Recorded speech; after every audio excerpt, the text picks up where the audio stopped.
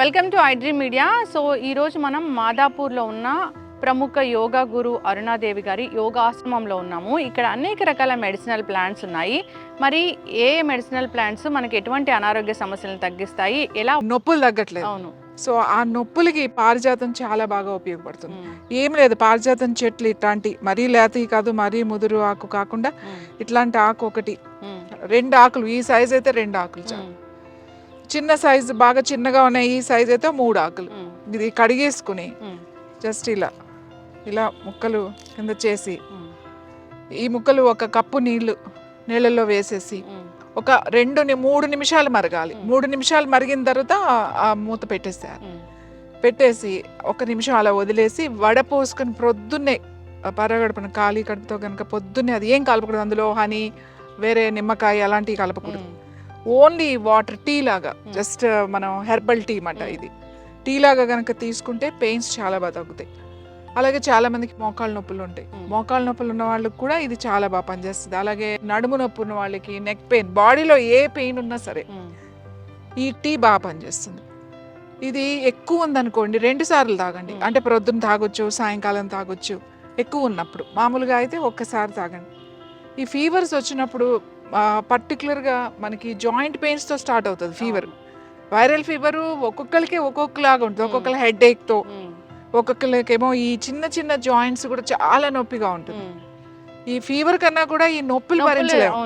So అలాంటప్పుడు ఇది tea కొంచెం మార్నింగ్ ఒకసారి లైట్గా, టీ ఏమి ఉండదు, ఇది ఏం గ్రైండ్ చేయొద్దు. గ్రైండ్ చేసి మనం రసం వేసి మరగబెడితే అది కషాయం అయిపోతుంది. ఇది టీ అనే అంటాం, ఎందుకంటే 3 to 4 minutes మాత్రమే వీటిని ఇలా వేసి మరగబెడతాం కాబట్టి దాన్ని హెర్బల్ టీ అనే అంటాం, పారిజాతం టీ. సో ఇది 2-3 సార్లు మీరు తాగుతూ ఉంటే ఆ పెయిన్స్ బాగా తగ్గుతాయి, ఆ స్వెల్లింగ్స్ అవన్నీ కూడా బాగా తగ్గుతాయి. తర్వాత ఇంకా ఈ పారిజాతం నొప్పులకి బాగా ఉపయోగపడుతుంది. ముఖ్యంగా వైరల్ ఫీవర్స్ కూడా, పెయిన్స్తో వచ్చే ఫీవర్ అంటే జ్వరం రకరకాలుగా వస్తుంది. పెయిన్స్తో ఏదైతే నొప్పులతో స్టార్ట్ అయ్యి జ్వరం వస్తుంది చూడండి, దానికి ఈ ఆకుల టీ చాలా బాగా పనిచేస్తుంది. ఒక డివైన్ ప్లాంట్ అని చెప్తారు కాబట్టి, డివైన్ ప్లాంట్ మనకు పారిజాతం అంటే ఇది అది ఇంద్రలోకం నుంచి, భూమి నుంచి దిగి వచ్చిన పారిజాతం అని చెప్తాం. ఎవరు కొయ్యరు, పువ్వులు కింద పడినయే ఏరుకుని దేవుడికి, భగవంతుడికి పెడతారు. చాలా మంది ఏం చేస్తారంటే, ఇక్కడ కూడా ఒక ఆవిడ వస్తారు, రోజు తీసుకెళ్తారు.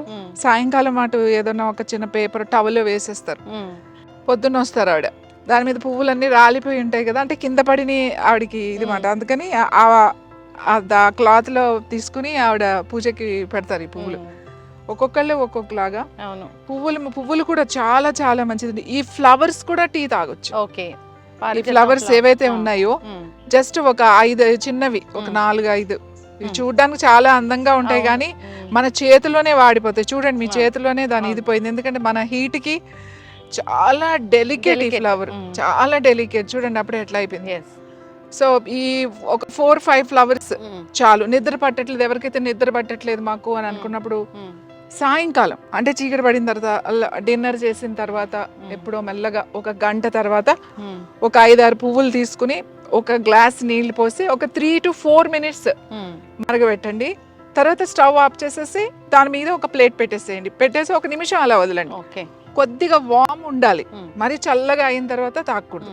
కొంచెం వేడిగా ఉండగానే, కొద్దిగా వేడిగా ఉండగానే తాగాలి. నేను ఇక్కడ ఏంటంటే స్ట్రెస్ తగ్గుద్ది, రిలాక్స్ అవుతారు, చాలా రిలాక్స్ అవుతారు దీంతో.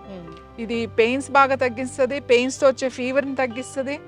ఆ ఫ్లవర్స్తో టీ తాగితే మనకి రిలాక్సింగ్, స్ట్రెస్ బాగా తగ్గుతుంది, నిద్ర బాగా పడుతుంది. అయితే ఇది చాలా పెద్ద, అంటే చాలా ఏజ్ ఎక్కువ ఉన్న చెట్టు కదా మ్యామ్? ఇది చాలా పెద్ద చెట్టు అండి. చిన్న చెట్లు కూడా ఉన్నాయి మనకు అక్కడ, అవి చిన్నవి. ఇది చాలా ఇయర్స్ నుంచి ఉంది కాబట్టి చాలా పెద్దది. చాలా మంది పారిజాతం అంటే ఇది అని వెళ్ళిపోతూ ఉంటారు దీన్ని చూసి, బట్ ఇది కూడా పారిజాతం చెట్టు. ఇంకా మేము మొన్న వర్షాలు వచ్చి అంత ఇది అయిపోయిందండి, లేకపోతే ఇంకా పెద్దగా ఉండేది. పెంచుకోవచ్చు, కుండీలో కూడా పెంచుకోవచ్చు. మామూలుగా ఇంత కుండీలో పెడితే చక్కగా పెరుగుతుంది. ఈ లీవ్స్ తోని మనం ఒక కషాయం లాగా తయారు చేసి తీసుకుంటే కనుక అన్ని రకాల మందికి ఎప్పుడు ఏదో ఒక నొప్పి అంటూ కంప్లైంట్ చేస్తూ ఉంటారు. వాళ్ళు ఒక కుండీలో చక్కగా ఈ మొక్కలు పెట్టేసుకుని కుండీలో పెంచుకోవచ్చు కదా. ఇప్పుడు బ్యాగ్స్ లో కూడా, గన్నీ బ్యాగ్స్ ఇవి ఉంటాయి కదా, గోనె సంచుల్లో కూడా, కవర్స్ లో కూడా పెంచుతున్నారు. అలా ఈ మొక్క పెంచుకుంటే వాళ్ళు ఏంటంటే రెగ్యులర్గా తీసుకుంటా ఉంటే చాలా బాగా పనిచేస్తుంది. ఎస్, ఖచ్చితంగా మ్యామ్, చాలా చక్కగా చెప్పారు. నిజంగా పారిజాత మొక్క అంటే అది ఒక దేవుడి ప్లాంట్ అని చెప్తారు. నిజంగానే దివి నుంచి భూమికి దిగి వచ్చింది ఆ ప్లాంట్. ఇన్ని రకాల ఆరోగ్య లాభాలు ఉన్నాయి కాబట్టి ప్రతి దేవాలయంలో కూడా ఇది ఉంటుంది.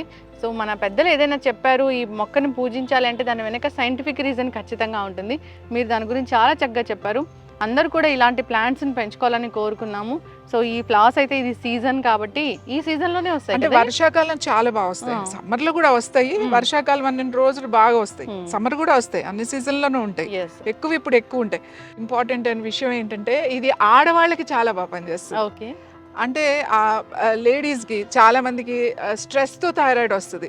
అంటే ఆడవాళ్ళకి ఎట్లా అంటే లోపల వాళ్ళకి ఏదన్నా కూడా లోపల పెట్టుకుని పైకి మనం మాట్లాడుతుంటే ఎక్స్ప్రెస్ చేయరు. ఎవరైతే అంటే అందరూ అలా ఉండరు, కొంతమంది చేస్తారు, కొంతమంది ఎక్స్ప్రెస్ చేయలేరు అనమాట. అన్ని విషయాలు లోపలే పెట్టుకుని లోపలే బాధపడుతూ అది వాళ్ళ హెల్త్ మీదకి వస్తుంది. అలాంటి వాళ్ళకి పారిజాతం టీ చాలా మంచిది.